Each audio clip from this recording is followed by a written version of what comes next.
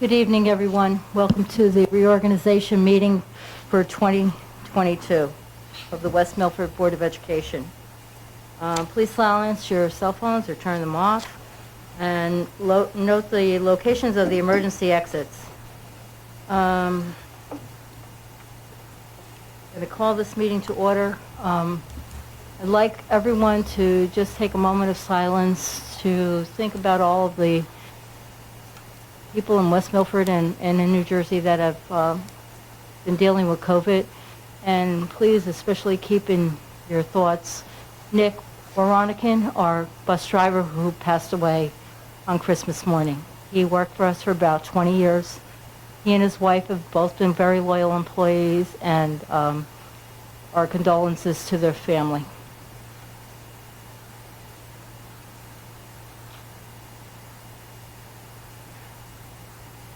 Thank you.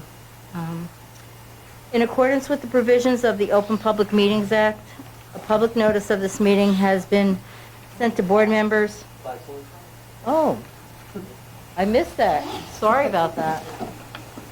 I pledge allegiance to the flag of the United States of America and to the republic for which it stands, one nation, under God, indivisible, with liberty and justice for all. Do over.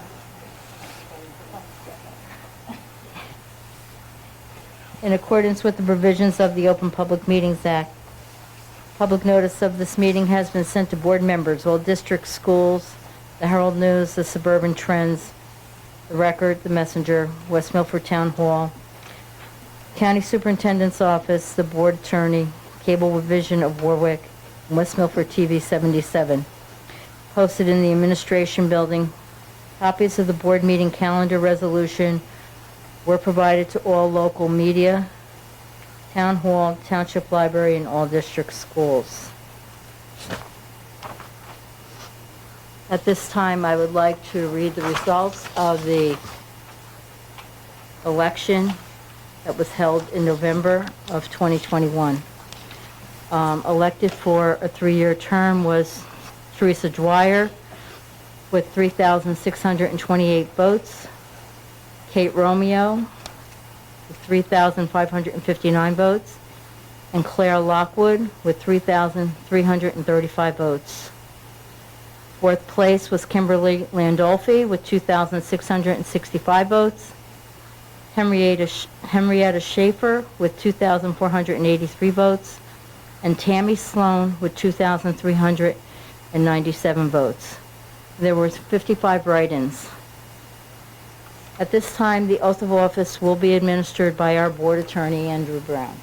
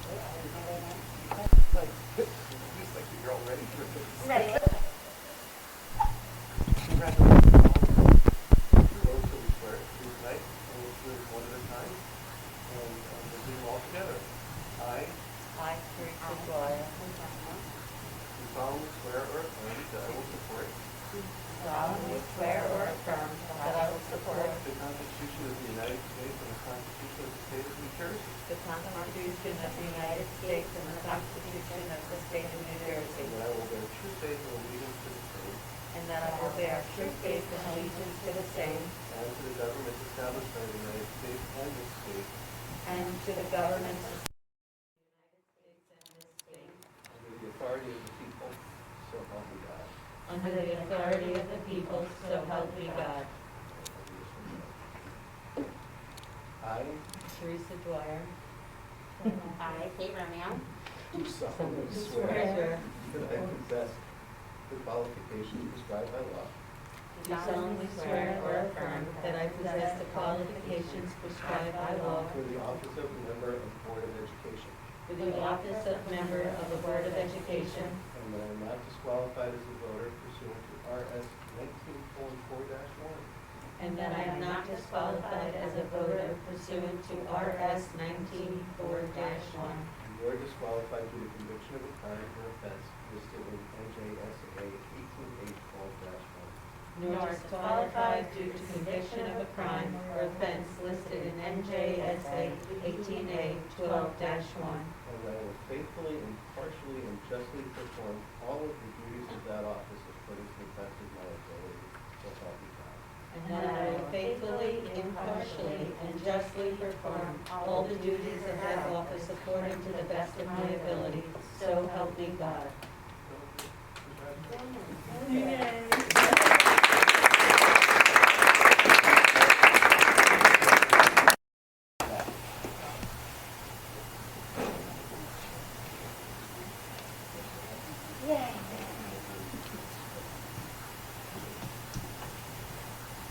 Congratulations. At this time, if our newly elected board members would like to make some comments, Mrs. Dwyer. Yes.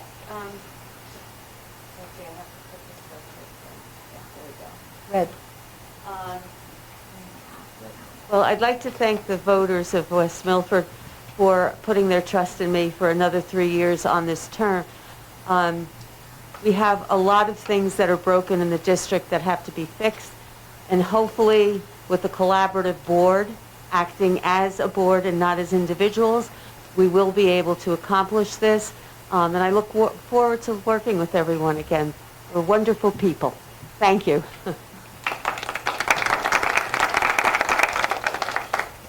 Mrs. Romeo?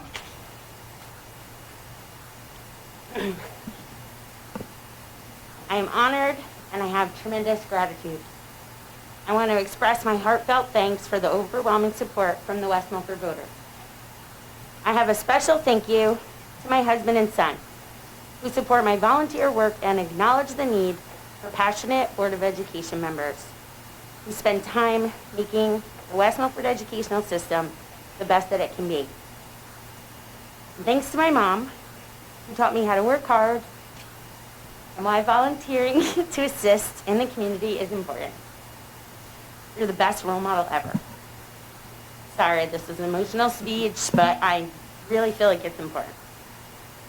This year was beyond hard with the difficulties that COVID brought, not just as a board member, but professionally and personally. I've said it many times, my family and friends are absolutely second to none. I couldn't be who I am without the support from many. Without this unwavering support, I could not continue this work. This election taught me a lot about myself. I also learned a lot about our community. We have amazing people here in West Milford. We also have some troublemakers. The troublemakers are often loud. Tonight, I not only want to thank all of the amazing people, but I want to thank the troublemakers for the suffering. I was once told that pain and suffering create a strong leader. And I know I'm going into this term stronger and more resilient than the last. And for that, I thank everyone for what they brought to the table. I'm honored and humbled that you've trusted me to help bring best practices to our school district. I will work hard making our schools what this community needs. I will prove my dedication and uphold my commitment to achieve the most effective outcomes for our children's education. West Milford is great, and together with this administration, my other dedicated and incredible board members, and the impressive teachers and staff, we can make our school system even better. I will continue to listen and advocate, and I will continue to listen, and I will continue to advocate to those who feel misunderstood or unheard. I will continue to not stand for status quo and push for excellence. I want to extend my congratulations to Claire and Terry. I'm excited to work alongside all stakeholders to move our district forward towards that excellence. Thank you.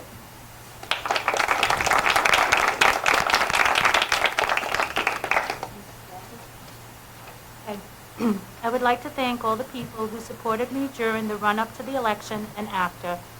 The calls, texts, and support I received around town, whether at a game for my sons or just at a town event, were very much welcome and much needed. To my husband Ken and my boys, Robert and AJ, thank you. Without your support, none of this would be possible. My fellow trustees, I look forward to working with you all in ensuring this district continues in the right direction of providing the best, safest, healthiest, inclusive education for all the students and staff, while staying fiscally responsible to all the residents of West Milford.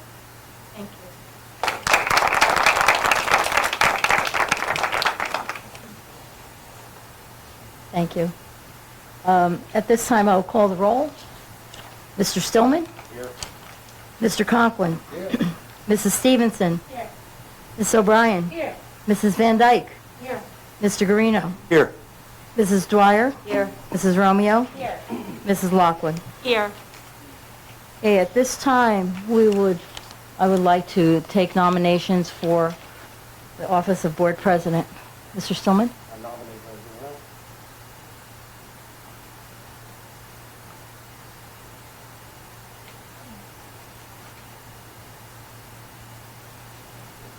Are there any other nominations off the floor? I nominate Linda Van Dyke.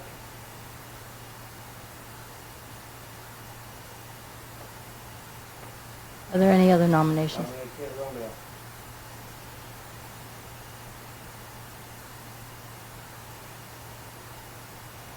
Are there any other nominations? No. I'll nominate Courtney Stevenson. I'm sorry? Courtney Stevenson.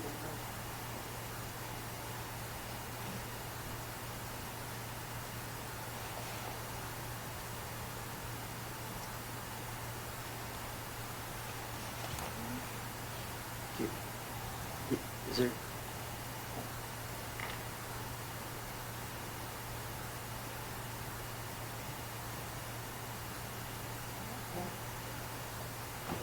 Are there any other nominations?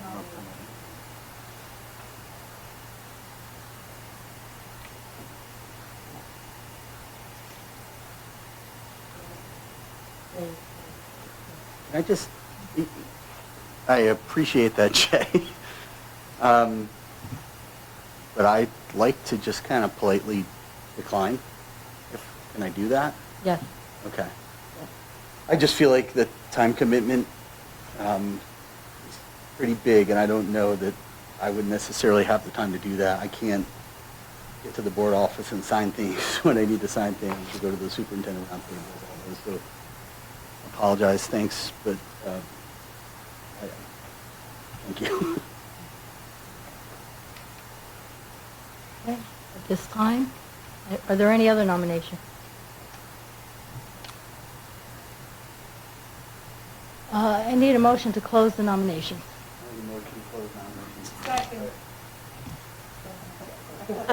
All those in favor?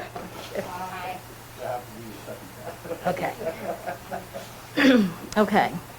So for the nomination of Linda Van Dyke, all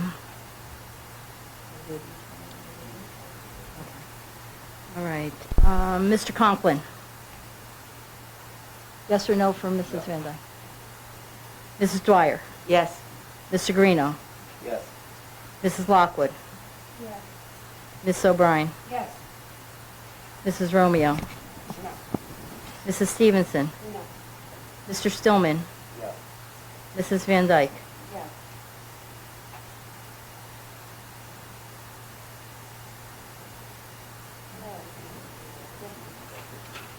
Yeah. Okay. At this point then, Mrs. Van Dyke did receive 6 votes, which is the majority of the board. So, Mrs. Van Dyke, congratulations, and please come and take your seat.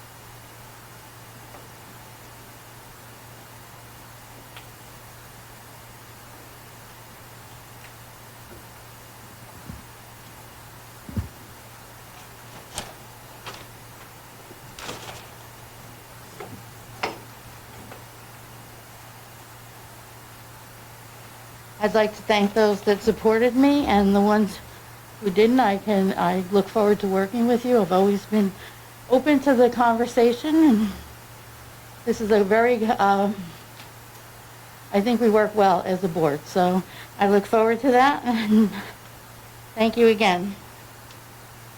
Next is nominations for vice president. Okay? I'd like to nominate Terry Blair.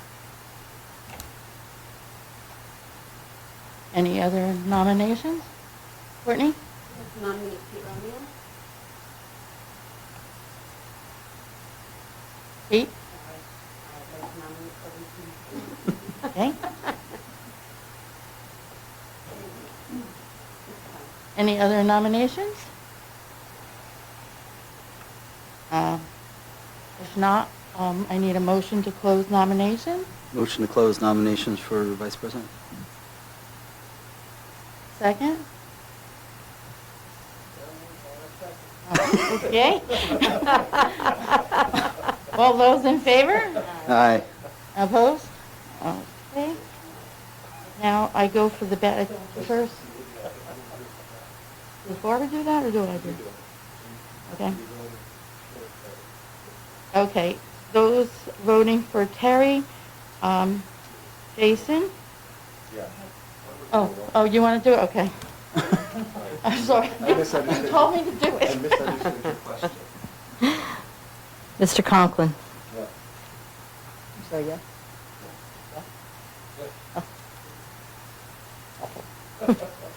Mrs. Dwyer? Yes. Mr. Greeno? Yes. Mrs. Lockwood? Yes. Mrs. O'Brien? Yes. Mrs. Romeo? No.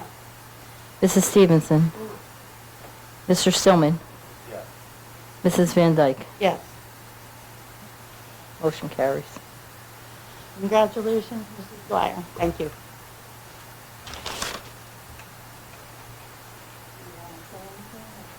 Sure. I look forward to working with everyone, even those who did not vote for me, because I understand it's nothing personal, and we're here for the sake of our children and not for each other's egos. So I thank you all very, very much for being so concerned and being such good advocates for our community kids. Thank you. Okay, I need a motion to adopt the agenda. I make a motion to adopt the agenda as presented. Second. All those in favor? Aye. Okay. Board organization, reorganization. Motion number 1. That's why I was wondering about the consent.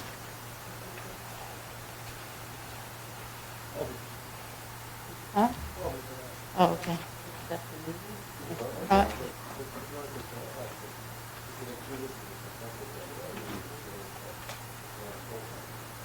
Okay, can I say that? Okay, we could do it as a consent agenda where we don't have to move each item individually. If the board is okay with that, there isn't discussion on each individual item. If you're okay with that, can I ask for a motion for a consent agenda? I need a motion for the consent agenda so that we can move all of the items as one. I'll make a motion to vote to vote on the agenda, the entire thing as one. Oh. Okay. Can I ask for that? Any discussion? If not, then we need a roll call, right? Right, That's on the motion to make it the consent agenda. right, exactly. Mr. Conklin? Yes. Mrs. Dwyer? Yes. Mr. Greeno? Yes. Mrs. Lockwood? Mrs. O'Brien? Yes. Mrs. Romeo? Yes. Mrs. Stevenson? Yes. Mr. Stillman? Yes. Mrs. Van Dyke? Yes. Now I need a motion to move the 12 items for the consent agenda. Correct?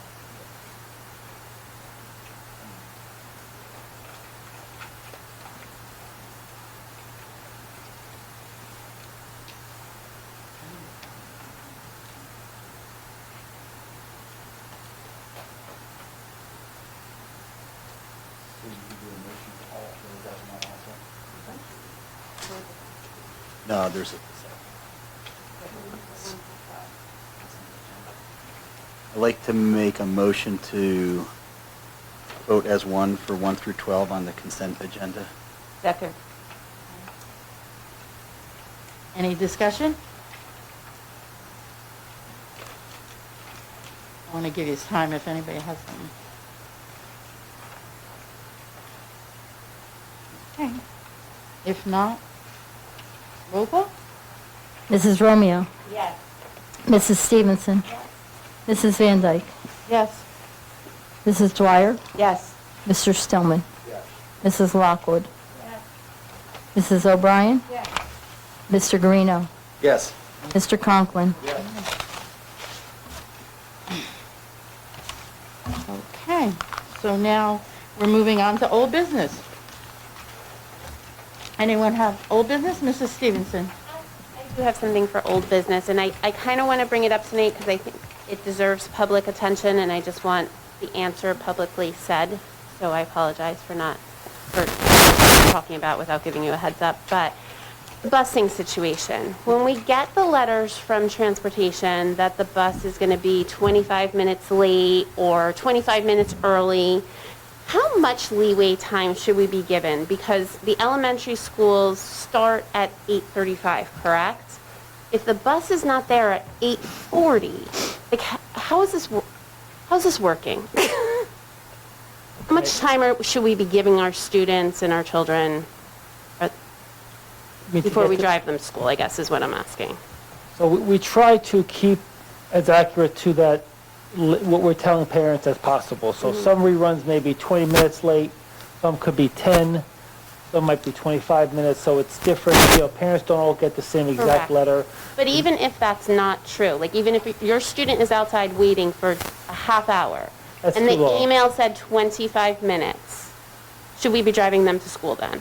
I guess that's what I'm A asking. half hour is a long time to wait, but if it's 5 minutes late, that's sort of about the little traffic. It could possibly be 5 minutes late. Later on a than normal the day. email says. Yeah, on a normal day, if your bus pickup is 8:10, it could certainly get to your stop at 8:17 or 8:18. It's not that out of the norm. We try to stagger the reruns so that today it's the Chipmunk bus, next month it'll be the Balloon. Sun bus, we try to rotate it so it's not the same bus over But and what over. if it is always over and over and over again? And the times keep getting changed every, 3-4 months. This is happening. And that's why I'm bringing it up publicly, because I kind of just want it to be discussed at how much time should a mom or dad be waiting before they're driving their child to school. And if school starts at 8:35 and they're still outside waiting till 8:40, obviously they're not going to be marked late, but at what point do we just say to our children, get in the car, let's go? Because it's a problem. Ray has something, and then we'll come to you. So, I just kind of want to add to that because I've had some people recently brought up a similar issue, but some of them, they can't drive their child to school, right? So they have a neighbor, maybe the neighbor would be able to help do that, but, the idea is the neighbor, is kind of helping them getting their child to the bus stop, not getting them to a school, which might be 5 or 10 minutes away. Or 30, right? Yeah. So.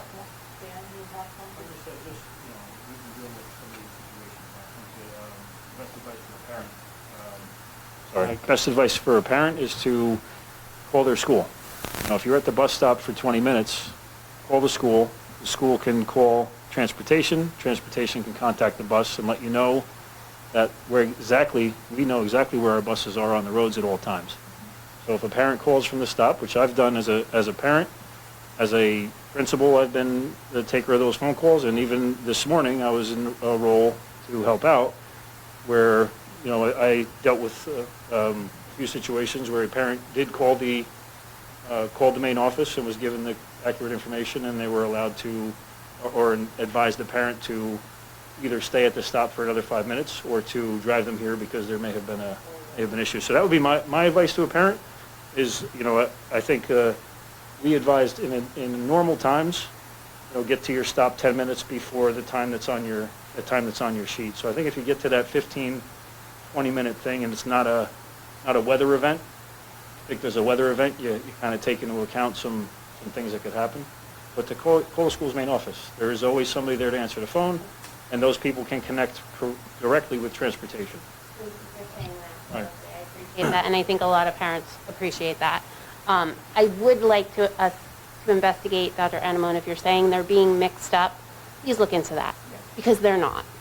And I would really appreciate, as a parent and a community of parents, speaking for a community of parents who's dealing with this, that they are changed, because they're not being changed. The other question I had about this is, am I correct in saying that buses are coming at 8:40 and school has already started?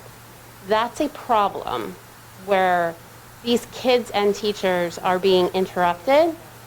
So, like, how can we fix this? I know there's a bus driver situation, but now we've been in it for a while. Is there anything else that we can do to fix this? Can we have another open house maybe? What else can we do?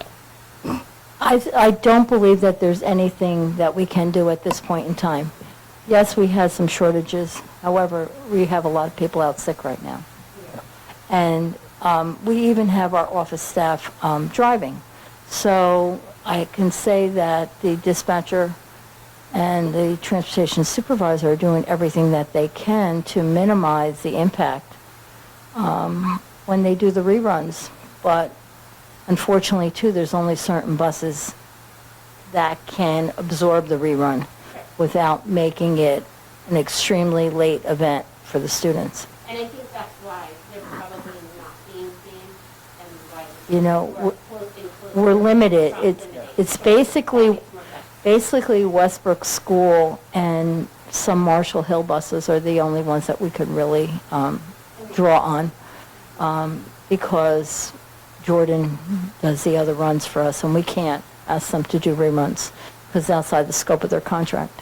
That makes more sense. So I can tell you that they're doing everything they can to minimize, and hopefully by next week we'll have jumped this other hurdle, but we're doing the best we can. And To speak for the Westbrook rerun from this morning, it was the first time of a rerun with an entirely new group of students who were getting a rerun. So I think the driver who, from what I understand, had been doing a tremendous job up until this point, getting the rerun students here by 8:33, typically leading up to this point. Today was a little bit later than that time because it was a new group of students. yeah. Ray, you had something? Yeah, so I know Courtney said that she wanted it in public. I think a good thing to do would also be maybe to include what you mentioned, Dan, in that letter to the parents also, because I don't know that everybody will watch this meeting. So I think that's really important. Again, I just think it's important for them to know and feel like there's a plan out there that's working. And I think our first thing, like my first thing is to call transportation. And Right. if you're saying transportation is completely overridden, like I feel bad to call them, but to Right. call You might, school and you may knowing not what get it is, anyone. I think is really good information. I People would think always have somebody answering the phone, more Right. likely to answer the phone. The school may not have to relay that to transportation. They may already know the answer. Yeah. Correct, right. Right. But you might not find anybody in transportation because everybody's, that can drive is driving. We're even bringing our mechanics in at 6 o'clock in the morning so they can go out and drive. So think we- they're doing the sorry. best they can. I think we've done a great job with our office staff in the elementary schools, especially at Macapin, just boosting the people we have on hand. I know our building aides, while we have the shortage of staff going on, our building aides are coming in full-time to help out in this role. So there is someone to answer the phone. There is someone there to, additional person to go out and deal with a car that may pull up 10 minutes later than normal or that sort of thing. So it's, all hands on Harry deck. is next, and then, This is not only an elementary concern. I mean, I've gotten several calls from parents at the high school in my neighborhood who have said that their children are, and other children are getting to the high school, to their first period class, sometimes 20, 25 minutes late. And Macapin, and you can't have that at that age level. Those kids, you know, they only have that 40-minute. School is not going to start later for them. And I think that's a problem. The other problem is, from what I'm understanding, is that some of the buses on pickups are showing up to the schools at 30 minutes later and 25 minutes later. So there's got to be some kind of a plan. I know we're not the only district, because I've been talking to my friends in other districts, and they're telling me that they're facing the same problems. There are bus driver shortages, there's a lot of COVIDs, but some of the other schools that have these problems have had a plan ready.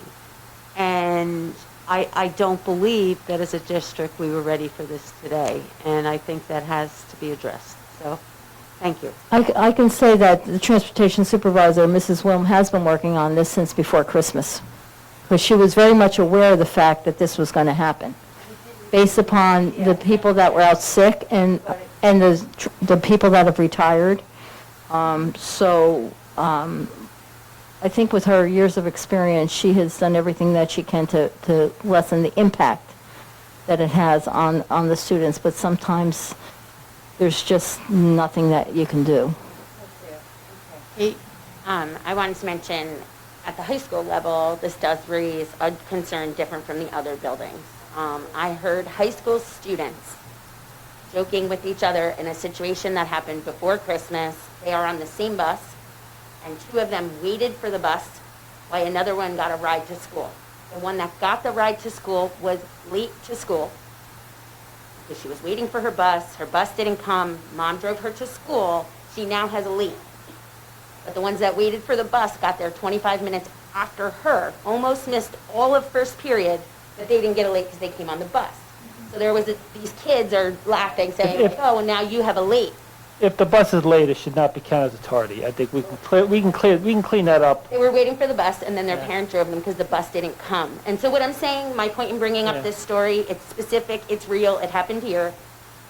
We need to have flexibility at our high school level and understand, we know what bus that student was on, or should have been on, you know? Yeah. Flexibility, understanding. The other thing that goes with is these attendance letters that are coming. I'll tell you, as a parent, I've already, you know, it's like, well, when your kid's been quarantined 3 times, or close contacts, or this and that, whatever, and you're sending the attendance letter, or the lose credit attendance letter, it's nerve-wracking. You know, so maybe we could hold up on some of those things and be a little more flexible on that. Because parents want to send their children to school. We all know that. But when you get the call from the nurse that they have to be out until the PCR comes in, you can't send your child to school. And then a week and a half later, the attendance letter comes. You know, so I just wanted to mention those things too, be aware of the flexibility. I know that you guys are, it just really needs to be said. Yeah, now I have a question about that, because if they're getting an attendance letter, if they're home quarantined, aren't they going remotely? Correct, so they're, They should not be getting They attendance shouldn't letter. be having an issue. No. if someone's quarantined or due to the New Jersey Department of Health or waiting for a PCR, it's not counted against them. They are marked as present attending virtually. However, I believe what Ms. Romeo is talking about is I think our system automatically is generating letters, but then it gets reviewed. But I can see how then for a parent, maybe that doesn't. And my kid's only been out from quarantine. Right, but I don't think- You know, like, I'm one of those parents. I So- think administratively, we can kind of look into that and just Yeah. see, like, maybe we can. There should be a human element. It's all right to generate the letters automatically, but there's got to be a human element where we're looking at this letter and saying, Does it- we asked this person to quarantine, so it's not a real absence. Yeah. Is there a way of correcting that, and is there a way that we can correct it in our system, in the attendance? Yeah. Let's, because it's probably multiplied by, even if it's multiplied by 20 kids, that's a lot of letters that are being generated. I mean, I do know some parents that have told me their child has now had the quarantine twice. It's stress on everybody, right? Right. Like, Yeah. So Okay. please, yeah, that would be great. That could be reviewed too. Courtney, you have I something? was just wondering, is that happening at the elementary level as well? Where, are they streaming in virtually at the elementary level at the time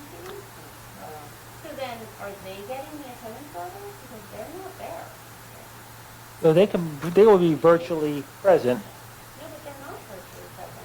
They're not streaming in. There is a virtual plan in place for a student, but at the elementary level, and even at the high school level, but the high school, I think we explained, I forget if it was in a committee or publicly, but that the elementary, it can take the district up to 1 day to set it up. Sure. Middle school and high school is a little different, they're a little faster, Oh, okay. just because of the Make sure they're streaming. in. But the elementary are receiving virtual instruction. It looks different, and that's what Mr. Novak can kind of go over, but it's, of course, it's gonna look different for an We're elementary. doing what we did last year with the similar setup with the morning after check-in with the Google Classroom. Was that new? That's always been since September? Okay, sorry. And that counts as attendance, right? So it's a day of attendance for the child.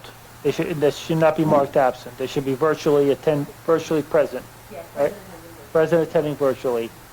The instruction looks different, K to 5 versus 6 to 8. Sure. Yeah, okay, just curious. Well, I'll check for attendance letters. I can't imagine it would have been generated K to 5, but who knows, we'll see. Right.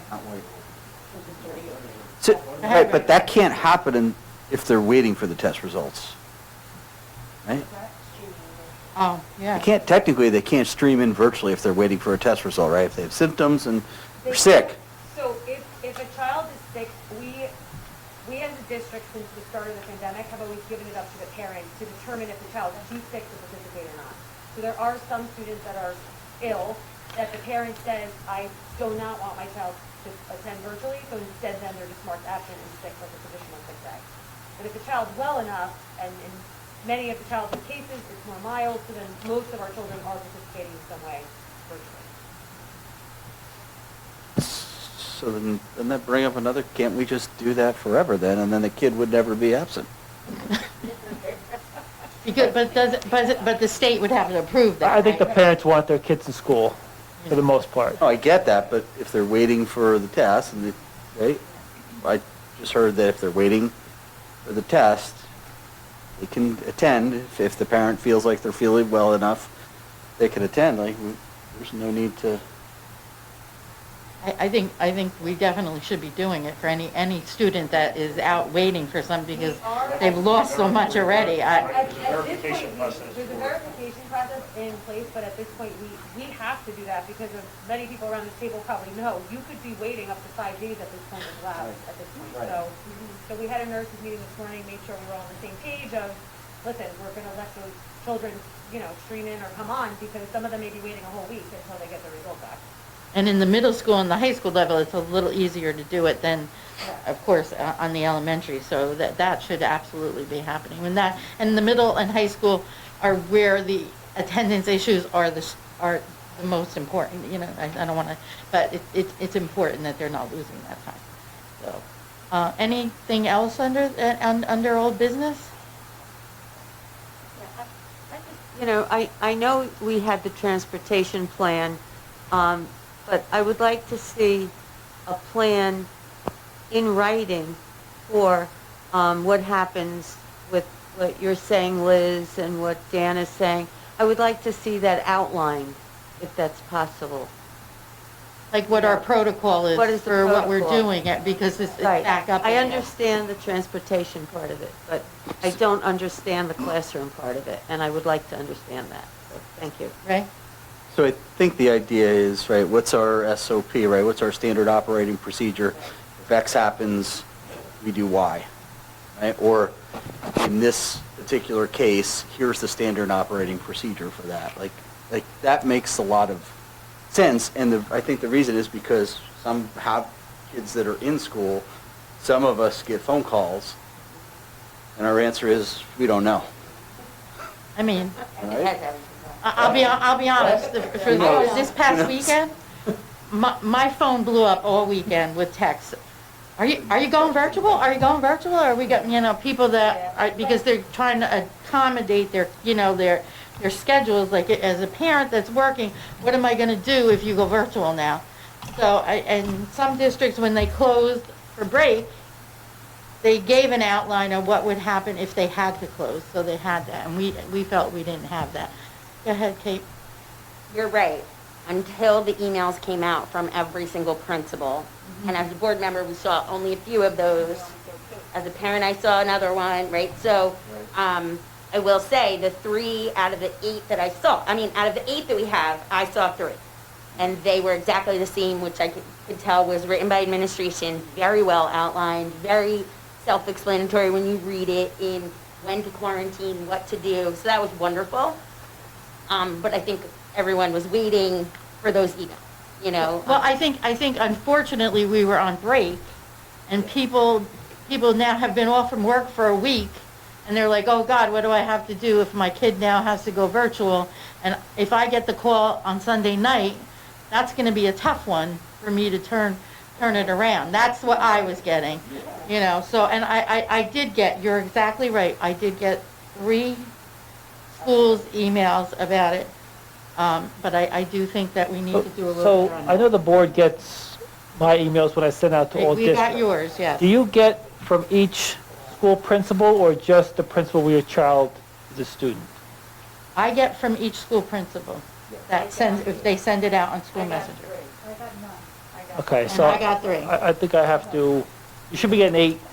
We're not If, We're not getting 8. if you want to be on, and then, I got 3 also. I'll tell you, All right, there's 2 so- elementary schools that as a board member, my child doesn't go to those 2 elementary schools and I get all of their notifications. Their newsletters, their emails, I think we all do. It is wonderful to know what's happening in those schools.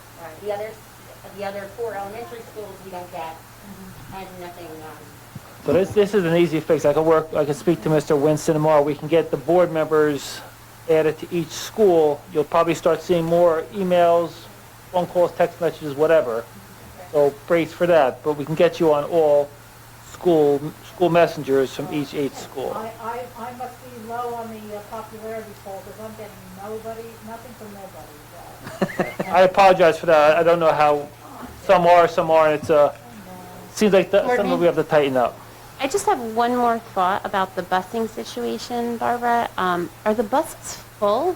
I mean, are we packing them in because of COVID, or like, how's that? I'm just curious. You have no way of knowing how many students are on the bus because there are still parents that are driving. But you have to have a seat for every student that is assigned that bus. So there might only be 20 students on that bus, but you're not going to know that if it's a 50-passenger bus. So it's a double-edged sword. I can't have, you know, Is there any way we can have the parent that are driving, like, sign off so that you know that you have that seat? So maybe we could eliminate the rerun? I, No. Because, yeah. Yeah, that wouldn't be, okay. I'm just wondering if. you know, what happens the day that the parent's car breaks down and they can't, and Hard they, to sign off your seat. huh? Yeah. It's a Ray is next. difficult situation. Ray? So, Alex, thanks for getting with Robert to fix that so we get all the principals. But I think to the point that I heard from some others and you know, the reason that I was getting phone calls was some of those principals sent that either on Sunday or maybe late Saturday night. And really, it would have been nice if we heard from you or those principals on the 23rd. No. Now, again, I understand that things can change midstream. So, like, the virus knows if you're a healthcare worker, so you only have to quarantine 5 days, those kinds of fun things. But if things change midstream, then I think, it's incumbent on the administrator to get that out quickly. So, I mean, just so parents, I think, feel a little more comfort in what the plan is. That too. Sure, that too. For parents as far as, because if you have a COVID issue, you can't send your kids to daycare even if you're, you know. Yeah, Right. yeah. But to be clear to the board and to the whole community, the schools are going to remain open. Oh, yes. No, we're not saying Good. that, we're just saying that. That was, you said at communication on the 23rd, that said the schools will be open. And other districts were sending letters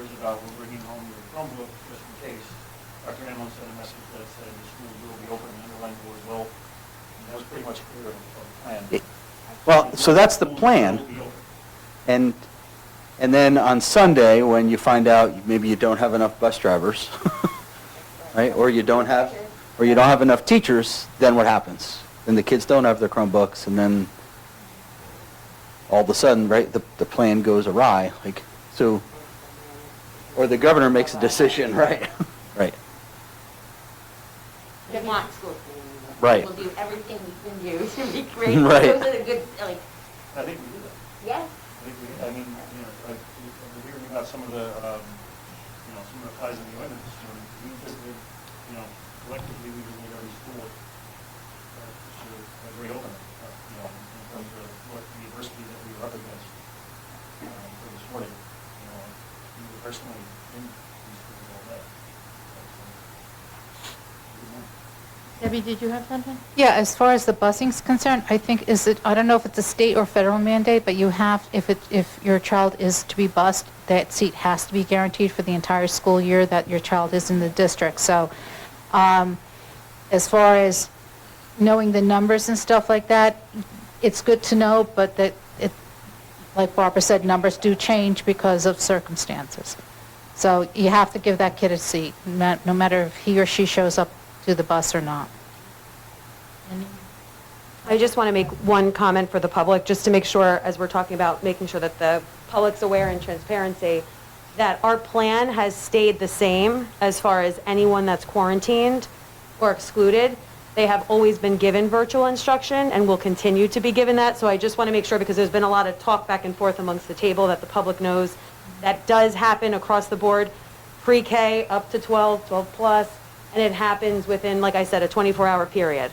Over the break, I want to also assure you that those that had to quarantine, they would have known they had to quarantine because we didn't exclude any contact tracing because they were then exposed outside of school. So they were actually notifying us that they were not coming back, and it was more a matter of giving them back dates of how long they were going to be out for. And the last thing I just want to assure the board and make sure that the public is aware is that there is a lot of planning that goes on behind the scenes. So Dr. Anemone and I, Mr. Novak, Barbara, we were probably on the phone, if not daily, every other day throughout the entire week. Karen Wilm called me about 5 times going over COVID dates, people, making sure we were going to be able to open. Certain principals that were mostly impacted and could see it kind of coming as staff were going to be out, were reaching out to us and coming up with plans. So I just want to assure you, like with what Dr. Anemone is saying, that we plan to be open. We know our community values in-person learning, and we are working tirelessly behind the scenes to make sure that that can happen. So I just want to assure the public of that, because I think we've done a good job since the pandemic happened, and I just want to make sure everybody knows we're still following our road forward back that's on the website. We're still implementing what we said we were going to do. Yeah, it's business as usual, like Dr. McQuaid said. We know the month of January is going to be difficult. All the signs point to this is the Omicron surge, but like all other surges, it will pass at some point, a week from now, 2 weeks from now, 3 weeks from now. Nobody really knows, but we can guess. So we know there's a surge now. We know we'll get through it. Today, we didn't look at today as a reopening. It was just vacation ended. The kids go back to school. The grown-ups go back to work. And we're back what we're doing on December 23rd, on December 22nd. So it wasn't the grand reopening we may have had in the fall of 2020 when it was really a first time back. We had a nice vacation, got some R&R, some well-deserved rest and relaxation for our staff and for our kids. And now we're back in business with some hiccups with transportation, with some subs. You may ask your child, what did you learn in social studies today? And they may say, well, we had a sub, we did a worksheet, and we know we're working through that. We have some staff members coming back tomorrow from their quarantine because they tested kind of early in winter break. We have some more coming back on Wednesday, on Thursday, on Friday, and every day. Obviously, we may lose some between now and tomorrow. Somebody tests positive tonight, they're out tomorrow, but it's just a surge we have to get through, and we will. And then we'll come out a little stronger. Like what Kate said, we'll come out stronger in the end. Whenever the end is, we don't know, but we'll get there. So we hope you had a great first day back. I think we did. I sent out a little letter late this afternoon. I think we had a good first day back, and we're looking forward to tomorrow. I just have a thought. I don't know why it came to me, but What happens if, we'll say tonight, a teacher tests positive? What happens to all those kids in her classroom? Do they have to be tested also? How does that So work? we don't test students, no. So, No? now the teacher, this would be, it's 10 days from the date of the test. Today is day 0. So it would be tomorrow's day 1, 2, and you count forward 10 days. But And those kids don't have to be tested in the classroom? If they're close contact, then they would be contacted by Liz or a nurse. right, Okay. Going back to the very beginning of close contact, Okay. and then, Well, depending upon. They're- when they're- they're they're wearing vaccinated masks. Or not. Yeah, so Yeah. traditionally, if a teacher tests positive, then that teacher is asked for the day, are there any, like, did you come into any close contact? So today we had someone test positive, then that principal reaches out. Mike? Sorry. The principal reaches out, says this teacher tested positive. Did they have any close contacts? We then go over the distance, all of the other guidelines that come. And then if those students were a close contact, they would be notified actually tonight. And then tomorrow, starting tomorrow, then the teacher's out for 10 days. But do any of the children have to quarantine? So they would have to only quarantine if they were a close contact. But we've tried, and not vaccinated. And not But we vaccinated. have tried very hard to limit the close contact exposure, especially with like teachers to students as best we can. And most of our teachers, are vaccinated, although as Ray said, right now healthcare, is not really making a complete difference. But we take it one day at a time. So I think that the difference is the CDC is recommending 5 days.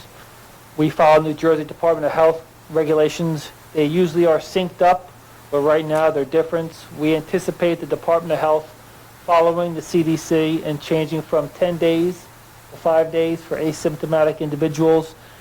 They just haven't announced it yet. So I would think we're told soon. And then when it does, we'll have to put out another message. But for right now, although we all read the headlines last week, 5 days, for New Jersey public schools, it's 10 days. But we think it will be 5 eventually, and hopefully as early as this week, but that's just beyond our reach. right. So I heard Dr. McQuaid earlier, there's a plan, they're executing the plan. I know that you guys were even busy over the break, and I know your time is valuable. I would just say, right, Linda is our board president. If you can't, right, because you don't have the time, if you don't have the time to get that information out to all of us, if you get it to Linda, I think that Linda then can at least get it to us. And Linda, I'm hoping, right, that Yeah, my communication. phone's, you could always call me, any of you can call me anytime. I'm always, and, Yeah. I mean, I wouldn't put it out on a, No, but I think, we could talk, yeah. so that's my point. So individually, you can get that Yes, I can. information out to us. This way, at least you have one point of contact if you need that, because I heard what you're saying, right? It was rough because it was the holiday break, and where normally I would call, I don't want to bother you during your break. And I had spoken to a few board members who had told me that they were getting calls. And the call was, is school going to open on Monday? And of course, I'm sure all of our answers were, to the best of our knowledge, we're opening on Monday, we're going to be open. So, but I think that there was a little confusion. So I think we have to do better on that. Any other old business? Moving on, I'll make a motion to close old business. Second. All those in favor? New business. Kate? I have 3 things in new business. 2 are things that I saw in the community. One is, I was really excited to see, and would love to hear more about this. I don't really know much about it, but that there is a new National English Honor Society at the high school, and that they are currently collecting used books. And they are collecting used books up until January 20th for all ages. And I believe that then they are going to have each elementary school look through them, donate them to the schools first, and then to students and families. I'm excited about that. Sure, absolutely. And it was, yeah, I think it was also in the paper. Yeah. My second thing is the high school has this amazing giving closet. I first heard about it from students and have asked many questions about it.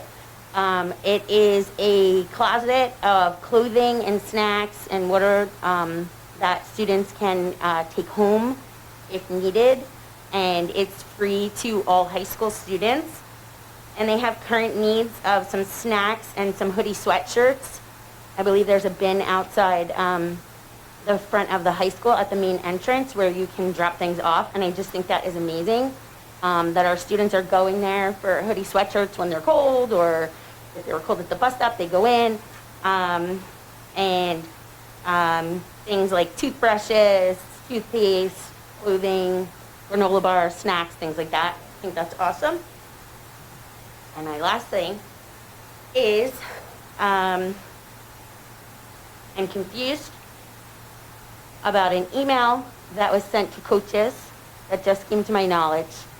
I'm curious, I'd like to see who knew about it, the thoughts of the board and the administration, an email requesting that our coaches go to get their CDL license. It clearly needs, I didn't see it. Did anybody else see it? So who sent it?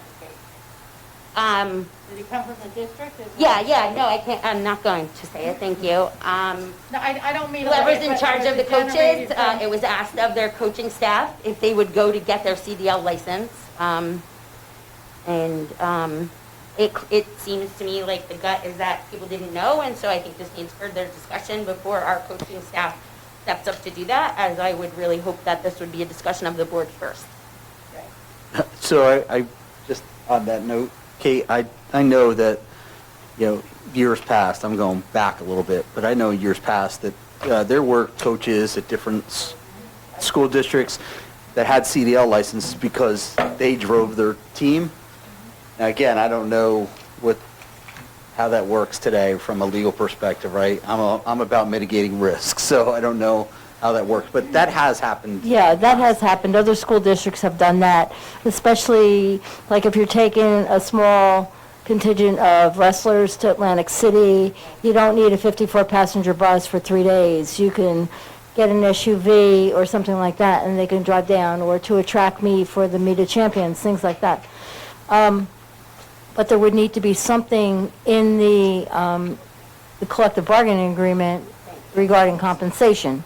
I'm all For for it. looking at what other schools do, But but if there's this is a board also- discussion and a discussion with Yeah, the administration first. But there are things to consider. So I'm not quite sure about that email, but I'll look into it. And it's something that we've discussed as an idea. I've looked into it. Had stopped it a number of years ago.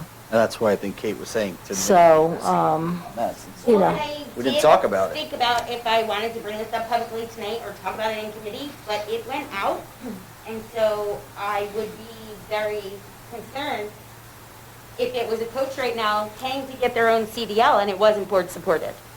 So I did want to bring it up publicly and say, I didn't know about this, and I wanted to see how many of you did, and obviously it wasn't something that any of us have discussed in committee or in public. Now we have. And so if there's someone out there paying to get their own CDL or taking the test or whatever, it probably should be board approved first, I don't think that anyone would take that initiative on their own, especially since we do have training here, so, Great. But we'll look into it. Any other new business?